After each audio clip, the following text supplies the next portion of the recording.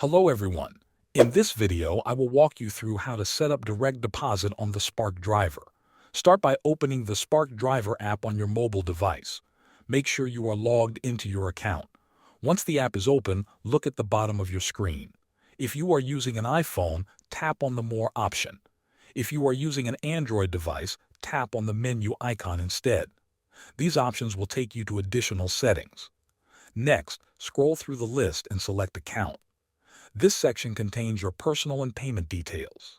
After that, tap on Earnings Overview. This is where you can see your payment history and manage how you get paid. Now, look for an option that says Manage Earnings Settings or Manage Earnings Accounts. Tap on it to continue. This is the area where you can connect your bank information for direct deposit. You will now see the option to link bank account. Tap on Link Bank Account. The app will guide you through a few simple prompts. You will need to enter your bank's routing number and your account number. Make sure you enter these details carefully to avoid any payment issues. Follow all the on-screen instructions until the process is complete. Once done, your bank account will be linked, and your earnings will be sent directly to it. Thanks for watching.